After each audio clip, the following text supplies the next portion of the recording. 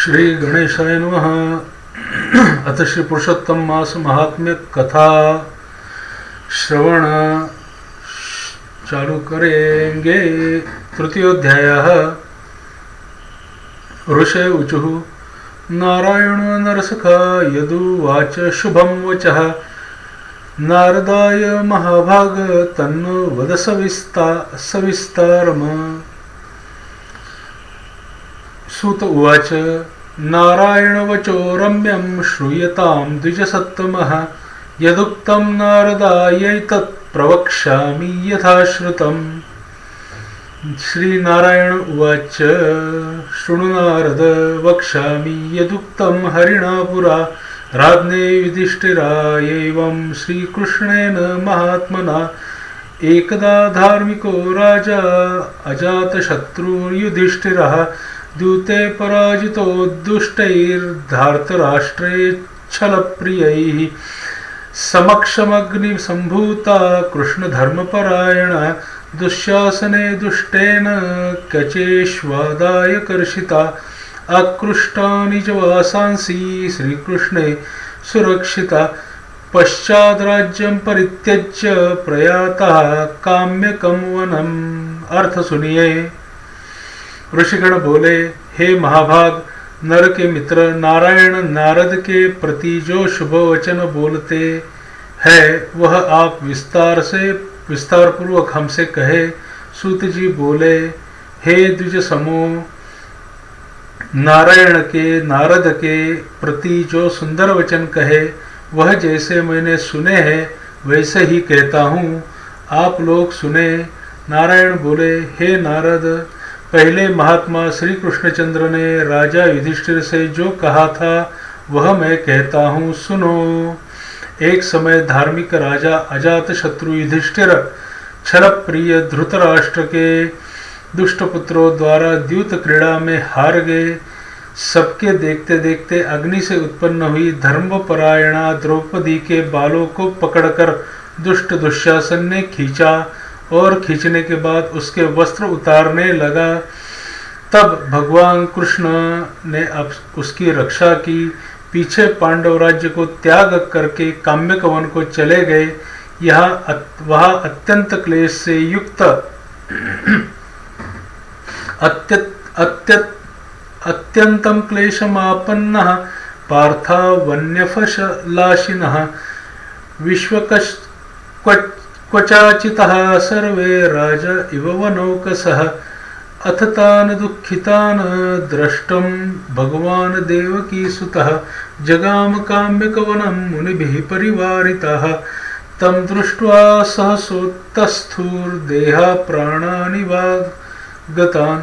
पार्थः सम्बजीरे प्रीत्या श्रीकृष्ण प्रेम विह्वलः ते चानि नमतां भक्त्या यमो हरिपदाम्बुजं। द्रौपदी तं नमामाशु शनैः शनैरतन्द्रितः। तान् दृष्ट्वा दुःखितान् पार्थान् रौरवाजिनवाससः धूलिभिर्धुर्सरान् रुक्षान् सर्वतः कचसंयुतान्। पाञ्चालीमपि तन्वङ्गी तादृशीं दुःखसंवृताम्। तेषां दुःखमतो वोग्रं दृष्टवैवातितदुःखितः।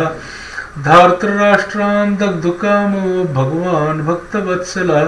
चक्रे कोपं स विश्वात्मा भ्रूभङ्गकुटिलेक्षण। कीटिकालकरालास्य प्रलयाग्निरिवोत्थितः।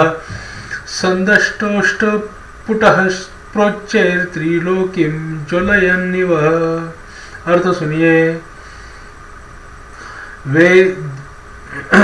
वे वन के फलों को खाकर जीवन बिताने लगे।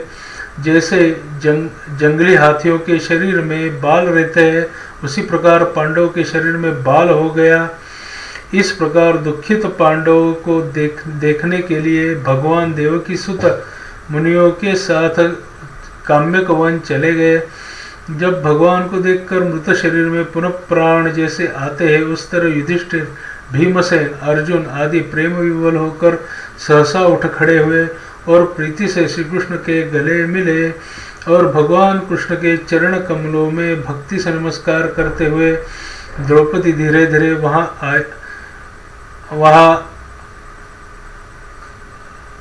आलस्य रहित होकर भगवान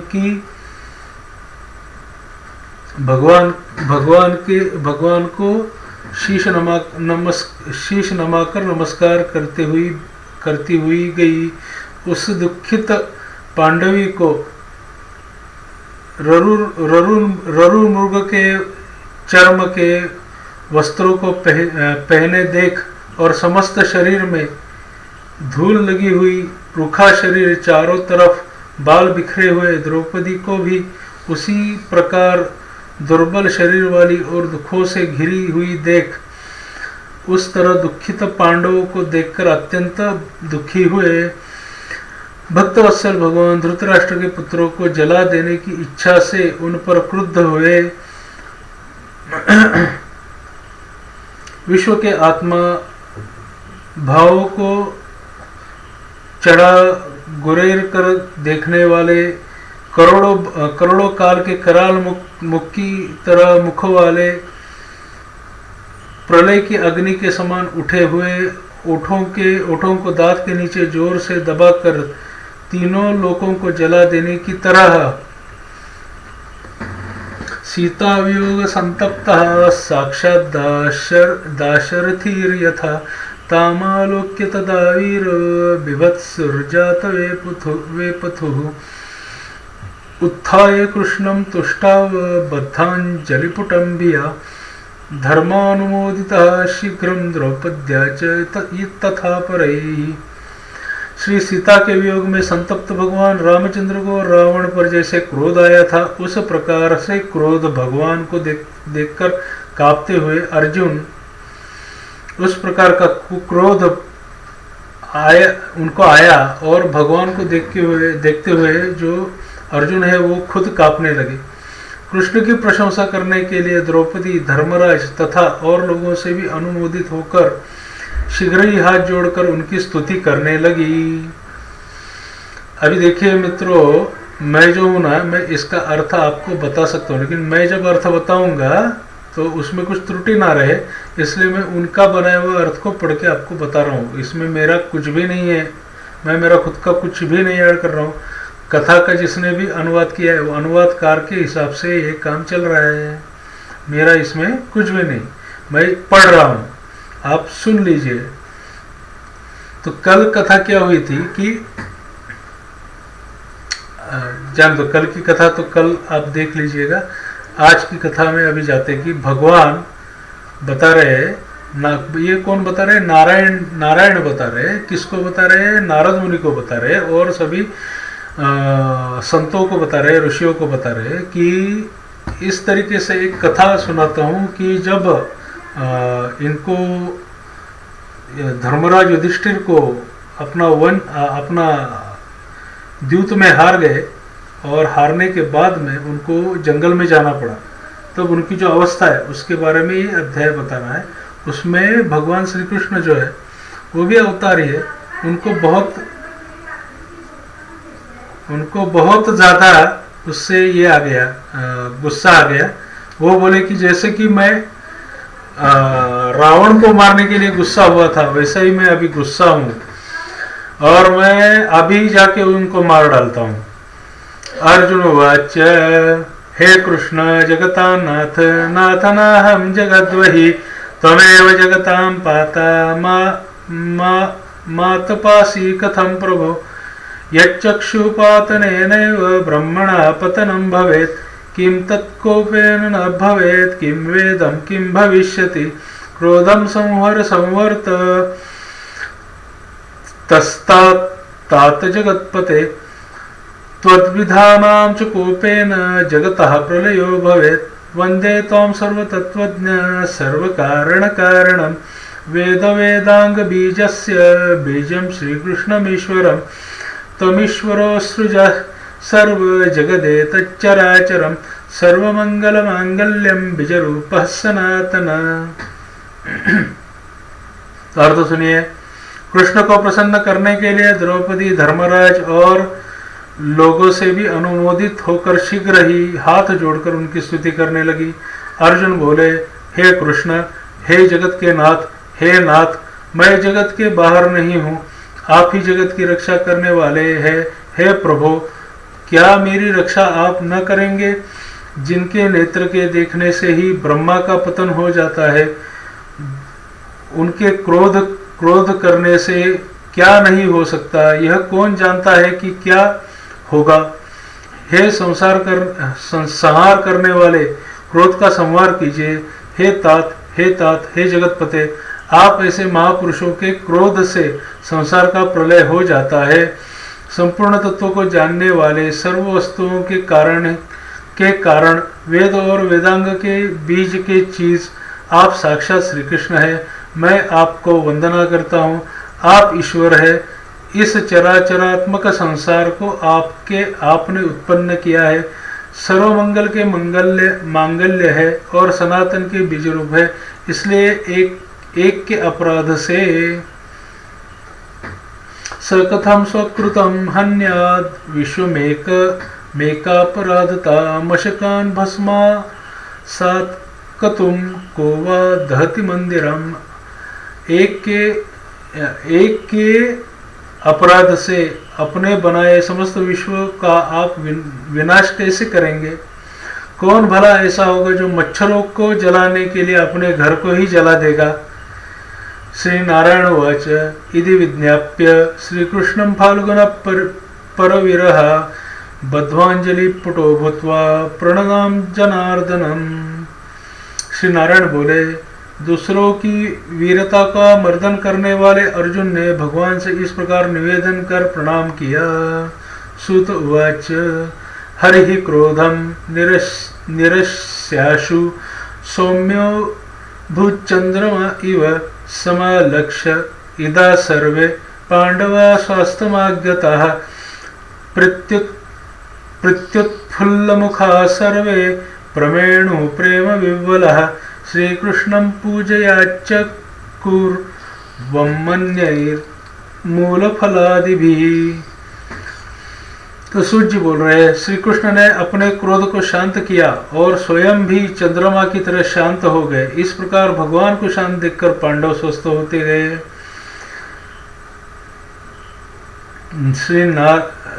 प्रेम से प्रसन्न मुख एवं प्रेम विवल एवं सर्वों ने भगवान को प्रणाम किया और जंगली कंद मूल फल आदि से उनकी पूजा की। श्री नारायण उवाच ततः प्रसन्नं श्रीकृष्णं शरण्यं भक्तवत्सलं विज्ञाय वनतो भूत्वा बृहत्प्रेम परिप्लुतः बद्ध्वांजलि गुडाकेशो नामं पुनः पुनः तं तथा कृतवान् प्रश्नं यथा पृच्छति यं भवान्। नारायण बोले, तब शरण में जाने योग्य भक्तों के ऊपर कृपा करने वाले श्री कृष्ण को प्रसन्न जान विशेष प्रेम से भरे हुए नम्र अर्जुन ने वारंवार नमस्कार किया और जो प्रश्न आपने हमें किया है वही प्रश्न उन्होंने श्री कृष्ण से किया। इस प्रकार अर्जुन का प्रश्न सुनकर भगवान क्षण मात्र में मन में सोचकर अपने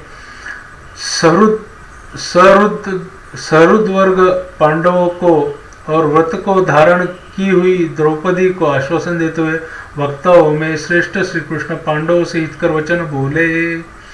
श्रुत्वैवं भगवान् दध्यौ मुहूर्तं मनसा हरिः ध्यात्वा श्वासस्य सरद्वर्गं पांचाली च घृतव्रताम् उवाच वदता श्रेष्ठः पांडवानां हितं वचः।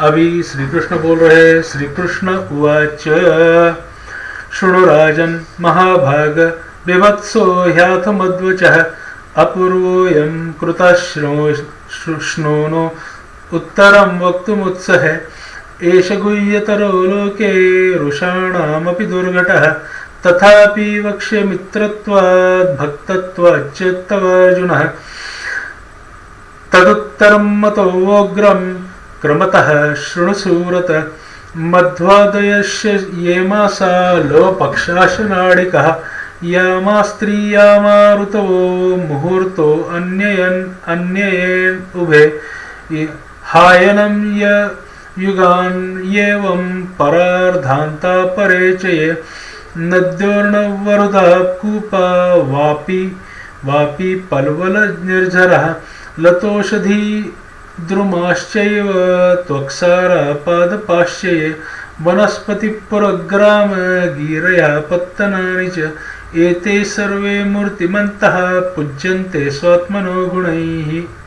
अभी भगवान श्री कृष्ण बोल रहे हैं, हे राजन, हे महाभाग, हे विभत्सो, अब मेरा वचन सुनो।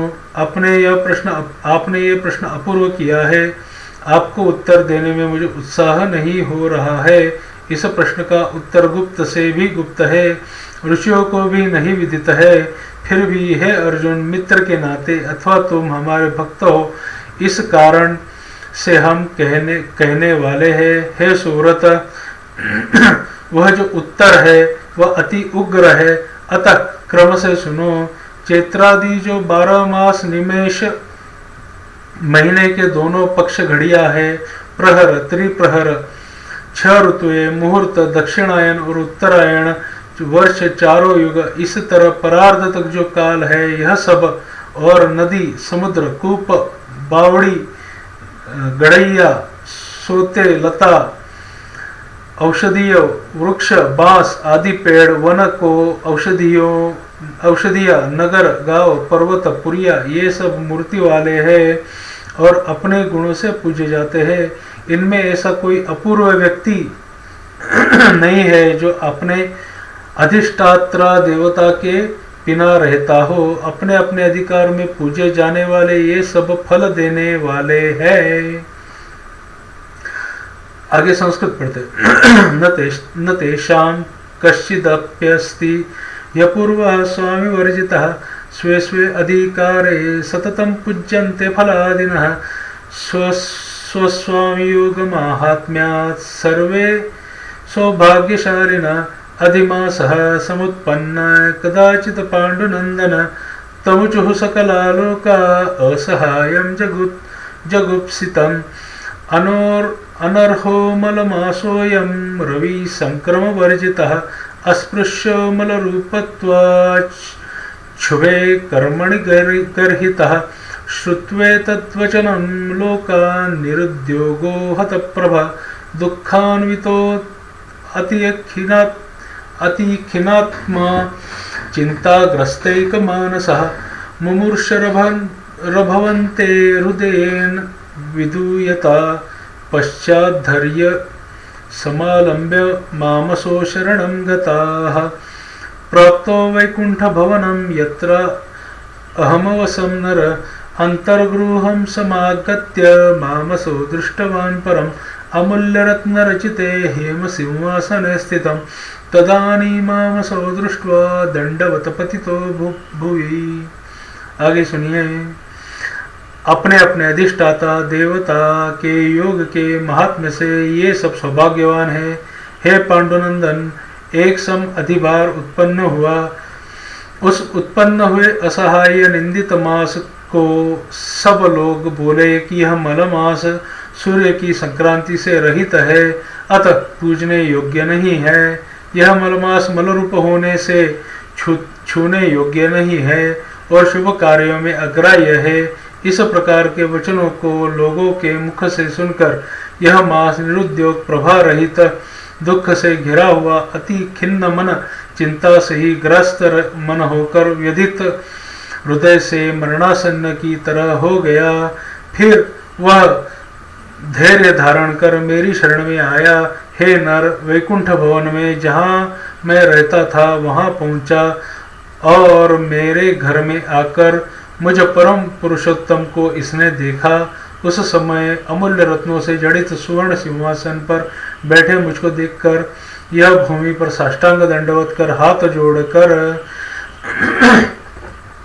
प्रांजलि ही प्रयुता भूत्वा मुच्चन्नश्रुणि नेत्रतः वाचा गदगदया सौम्यं बभाषे धैर्य मुद्वहन्। नेत्रों से बारंबार आंसुओं की धारा बहता हुआ धैर्य धारण कर गदगद वाणी से बोला। सूत उवाच इत्युक्त्वा बद्रीनाथ विरराम महामुनि। तच्छ्रुत्वा पुनरेवाह नारदो भक्तवत्सला। सूर्य बोले इस प्रकार महामुनि बद्रीनाथ कथा कहकर चुप होते गए। इस प्रकार नारायण के मुख से कथा सुन भक्तों के ऊपर दया करने वाले नारद मुनि पुनः बोले। नारद उवाच इत्थं गत्वा भवनमलं पूर्णरूपस्य विष्णोर् भक्ति प्राप्यं जगदघहरं योगिना नप्यगम्यं यत्रैवास्ते जगतभयदो ब्रह्मरूपो मुकुन्दस्तत्पादाब्जं शरणमधिगतः सोदिमासः किमुचे। नारद जी बोल रहे, इस प्रकार अपनी पूर्ण कला से विराजमान भगवान विष्णु ने निर्मल भवन में जाकर भक्ति द्वारा मिलने वाले जगत के पापों को दूर करने वाले योगियों को भी शीघ्र न मिलने वाले जगत को अभय दान देने वाले ब्रह्मरूप मुकुंद जहाँ पर थे उनके चरण कमल की शरण में आया हुआ अधिमास क्या बोला। अब ये प्रश्न है, इसका कल अध्याय पढ़ेंगे। इति बृहद नारदीय पुराणे पुरुषोत्तम मास महात्म्ये अधिमासस्य वैकुंठ प्रापणम नाम तृतीयोऽध्यायः। ये बृहद नारदीय पुराण के अंदर में पुरुषोत्तम मास का महात्म्य लिखा हुआ है। इसके अंदर में पुरुषोत्तम महीने का अधिमास का या मल मास का वैकुंठ में गमन का ये अध्याय है। तो मित्रों, ये कथा में आपने क्या सुना कि जैसे 12 महीने होते हैं। अभी क्या है देखिए, अभी मैं ये इसलिए ले रहा हूं, जैसे आपने देखा कि सौर वर्ष होता है और चांद्र वर्ष होता है।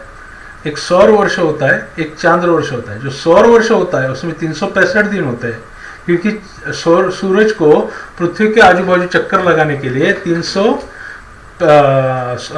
सूरज के आजू बाजू पृथ्वी को चक्कर लगाने के लिए 365 दिन लगते हैं, और चंद्र को पृथ्वी के आजू बाजू चक्कर लगाने के लिए 355 दिन लगते हैं। तो टोटल 11 दिन का हर साल डिफरेंस गिरता है चंद्र और सूर्य के बीच में। तो ये 4 साल में 11 ऐड करके एक 30 दिन का तीन साल में 30 दिन का ऐड हो जाता है, और वो 30 दिन का एक महीना ऐड होता है। अभी ये महीने को कोई भी देवता लेने के लिए तैयार नहीं था। ये जो महीना बना, अभी आप बोलोगे तो महीना तो हमने बनाया है, ऐसा नहीं भाई।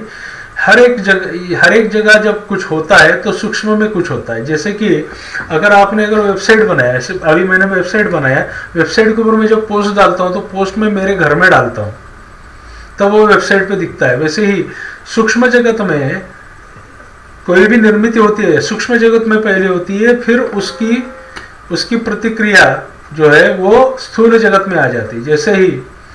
वैसे ही मलमास की निर्मित होने के बाद में, मलमास निर्माण हो जाने के बाद में, मलमास जो है वो उसको कोई देवता अपना अधिष्ठान नहीं बनाना चाहता था। हर एक चीज को कोई ना कोई देवता अधिष्ठान होता है। जैसे पेड़ पत्ते फूल पौधे सबके कोई ना कोई देवता अधिष्ठात्र होते, लेकिन मलमास जब बना तो उसको कोई अधिष्ठात्र नहीं था, ना उसके अंदर में कोई कर्म होने वाला था। इसलिए किसी देवता के नाम से कर्म नहीं होने वाला था। इसलिए कर्म न होने की वजह से, अच्छे सत्कार्य न होने की वजह से वो मलमास जो है उसकी तबीयत बिगड़ गई और वो कृश हो गया, वो एकदम कृश हो गया, हड्डी हड्डी दिखने लगा। तब वो मलमास जो है वो वैकुंठ में गया और भगवान को मिला। ये अध्याय का सारांश है। आज का अध्याय यहाँ पे खत्म करते हैं। गणेशार्पणमस्तु, शिवार्पणमस्तु, विष्णुर्पणमस्तु।